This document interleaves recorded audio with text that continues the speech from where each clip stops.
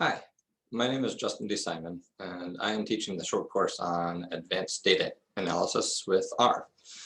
I'm a faculty member at the University of Alabama, and I teach our advanced graduate statistics course, as well as some courses in HR and strategic analytics.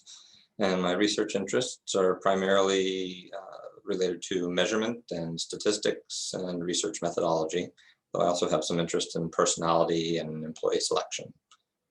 So the target audience for this short course is pretty broad. I aim to make this pretty informative for anyone from a beginning graduate student to a full professor. I do recommend that people have some basic statistical knowledge when they take this short course, but honestly, anyone with kind of a first-year graduate course in statistics should be familiar enough with statistical logic and some of the basic techniques that they can use this short course to advance their knowledge in statistics. Also, of course, anyone who wants to learn more about using R for statistical analysis, or anyone who just wants a more thorough understanding of the logic and the math involved in really any of the techniques that are covered in this short course. So in terms of techniques, this short course focuses on quite a few of them, mostly related to things like correlation and regression. I start with bivariate statistics, including Pearson correlations, point biserial and biserial correlations, one-way ANOVA, and single regression. And then I expand these techniques to essentially incorporate multiple predictors, so covering things like two-way ANOVA and discussing n-way ANOVA, and also techniques like multiple regression. Then I flip to the other side of the statistical equation and discuss techniques that use multiple criteria or multiple dependent measures, including MANOVA and multivariate regression. I also cover logistic regression for cases where the criterion variable is not continuous.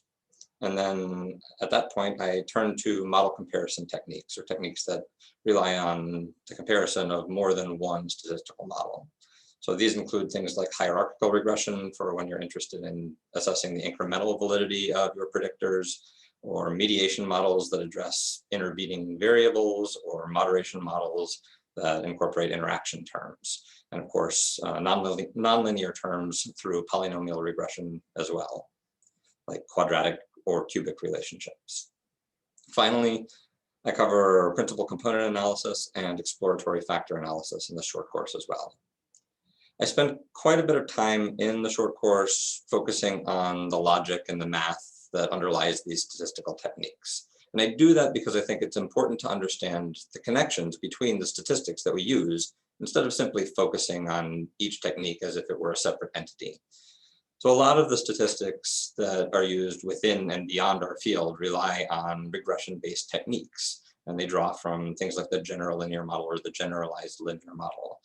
And these techniques all inform the more advanced techniques that are used in the field, such as structural equation modeling and latent growth curve modeling and multi-level or hierarchical linear modeling.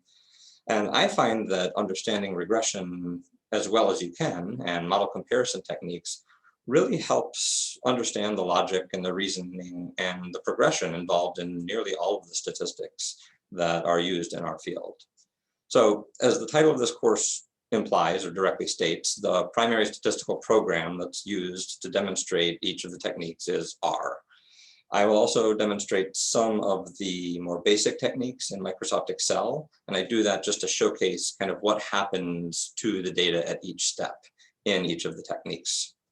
I am personally not really a leading expert in R, but I am pretty familiar with its capabilities related to the techniques covered in this short course. I don't expect you to be extremely familiar with R in order to take this short course, although some basic familiarity with R and RStudio will probably help. For example, how to import data or manipulate data, if you know how to set your working directory, if you know how to export results into Excel or Microsoft Word. So I'm a huge proponent of RStudio because it makes R look like MATLAB, and I'm a big fan of MATLAB.